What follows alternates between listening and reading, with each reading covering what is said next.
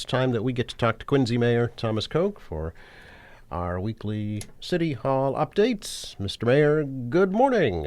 Good morning, Joe. How are you today? Doing fine. How about yourself? Doing well, thanks. The air conditioning's working, so we're good in here. There we go. Just played the ceremony from last Friday afternoon for the Quincy Fire Department. Lots of promotions this summertime on both sides of public safety.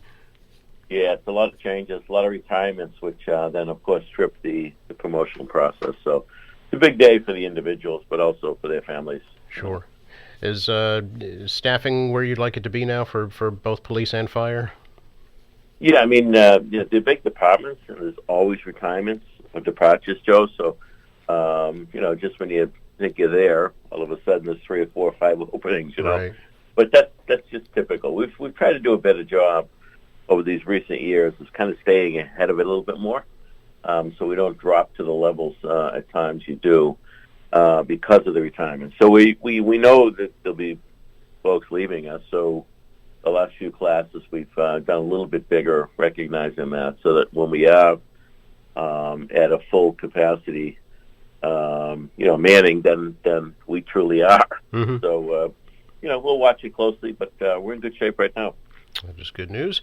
I know I asked you last time, but it's just because we're talking about it, the Public Safety Complex project. If you could maybe tell us where that is and where it's going. It's on C Street, Joe, and I don't think it's going anywhere. I see. It's going to be one of those mornings. No, it's going fine. It's going fine. It's a big project. It's a complicated project. Father Bill's any day is supposed to be fully operational across the street. They're waiting on National Grid. Then that will lead to the removal, destruction of the old building, and they'll continue on. But they have begun the foundation pouring. People have been by. People have noticed there's a lot more activity on the site with the concrete trucks, with the pumps doing the foundation work. So that's a good thing. Again, it's a big project for municipality. So other than some of the schools we've done, this will be the biggest building project that we've done in a long time. Yeah. What's the current timeline, I guess, on that?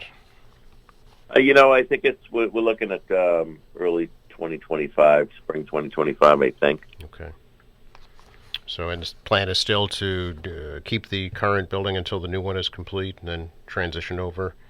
That's correct. Okay. We really don't have any other options. So when we laid the whole site out, when we took the Bryan Post, which had closed, it was a redemption center and some other things, it made sense to push things back toward Broad Street a little bit more. Mm-hmm. And then once it's completed, we're fully online, then the old building comes down, and then that corner will become and some green space to kind of complement across the street, Mount Wallison Cemetery.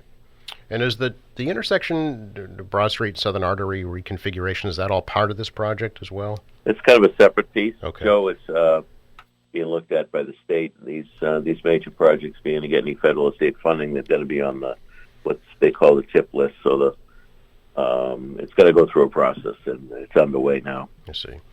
Speaking of National Grid, they're, of course, in the middle of their big North Quincy cable replacement project. Do you receive periodic updates on that? We do. The company, United Civil, which is the company that's been doing the work, is a little ahead of schedule.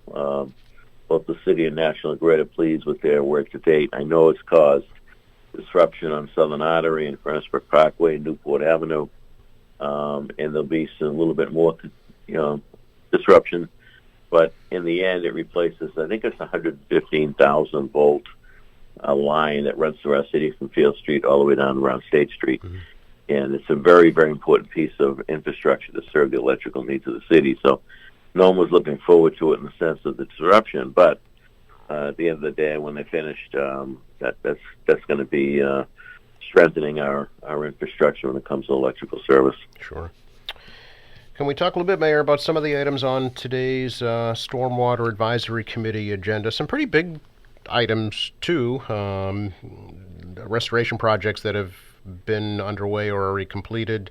Butler's Pond, Sailor's Home Pond, the new Beachcomber Park out on Quincy Shore Drive. These are projects, the Furnace Brook restoration, of course, that's ongoing. Are these projects that the city is completing, or are these separate projects that are contracted out? Combination, Joe. Okay. For example, the Beachcomber site was largely done by the Parks Department personnel. The Furnace Brook project was contracted out. That's a big project. The one over by the rear of St. Mary's, that's a very effective project that's going to help us with capacity, but also it will definitely be more beautiful and more environmentally friendly when completed with the plant materials we'll be planting. So that's a good one. I mean, I haven't seen the agenda for this meeting, but we're always looking at ways to improve and update our environment and update our infrastructure challenges and needs. And as we know, looking across the country, there's some more challenges with weather events, and we're going to be mindful of that and continue to work on things that will mitigate those things when they do occur. As you know, we had some major challenges early on in my administration, including the West Quincy flooding that led to the design and completion of this Furnace Brook project, for example. It's one example of a project that can help mitigate those major storm events. So we continue to work on those. Also, we worked with the EPA on all our improvements on our sewer lines and any issues that we had with sewer lines leaking into storm drains, which leading to waterways. We've made tremendous progress in those areas. So I appreciate the work of the Storm Water Advisory Committee, but really Commissioner Grazioso and City Engineer Paul Costello and the teams and our outside engineering firms have done a really nice job meeting some of these challenges. I know one that is a thorn in your side is the plans to update the tie gates on the Greenberg Bridge along Quincy Shore Drive. Yes, essentially that's been one gentleman at the EPA that has held that up for 10 years. He doesn't believe in tie gates, and it's really absurd. It's absurd that one person can have such control. In government, as you know, I'm up for election this year. I got to answer the voters each and every time. The agencies, in my view, particularly at the federal level, become so powerful that they do what they want, and you march to their drumbeat or not. I mean, it's insane to me that a proposal that would improve the life of the marsh with a brand new state-of-the-art tide gate system would not be encouraged, approved rather by the EPA. It just doesn't make any sense to me at all. So we'll continue to navigate the channels available to us, no pun intended. Right. And hopefully this guy will be retired, and we'll get through to somebody with half a brain. Another item on the agenda is installation of tide gates in that same area, Putnam Armory, Lafayette Streets. Are there not tide gates there now? There's all different types of tide gates, okay. And we have dozens of them literally across the city, well over 100 of them. Oh. And they come in different forms. And so, I think there was a call for maybe in the New Bridge area another tide gate system, but I'm not so sure it'd be needed if we can get the Greenberg one done. But right. I haven't looked at that in a while, so I'll have that talk with my team, see where we're at. Yeah, I do recall several years ago that terrible flooding that occurred there in that low-lying area. So, yeah, and because the Greenberg Bridge gates had not been closed at that time, that's right. what caused it. Yep.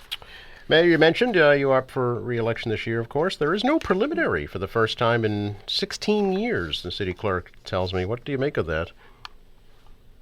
Everybody's happy. Of course. Set you right up for that one, didn't I? You sure did. Oh, I don't know, Joe. Yeah. I know, local government, the election turnouts have gone down over the years, and which is disappointing. The reality is most interaction with government happens at the local level. And we have a robust school committee race, but yes. Beyond that, it's really quiet citywide, a couple of ward races. But imagine an open city council at large seat and no opposition. Right. I mean, that's remarkable. I mean, just a few years ago, we had a pretty intense race with the likes of Dan Raimondi, Margaret LaForest, and so many political names in it. it's just incredible to me. Now, years ago, I remember when the Ward 4 seat opened up and Jay Davis ran unopposed Yep. an open seat. So it's not unheard of, but it seems to be becoming more norm than it ever was before. So I don't know. I don't know if it's just a lack of interest at the local level. Certainly, I know the last few years, people have been wrapped up in the craziness nationally. I don't know if people have just lost focus, lost interest, whatever the case may be. But, I always encourage people to get involved in local government. Certainly pay attention, reach out, ask questions, and vote, Do want to remind people that there will be a final election. It's November 7th, and there'll be no school that day. Is that right? That's correct. Yep. We've worked it out. That's a professional day for teachers. We had, some folks that weren't comfortable with people in the buildings while the kids were in school, so security reasons. And it's a valid issue, so school committee voted to make that in the calendar a day where the public is not in the building, so the professional day so teachers come in, but the students stay home that day. Sure. Excellent. Appreciate the update as always, Mayor. Good to talk to you. Same here, Joe. You enjoy the day. Thank you. You too.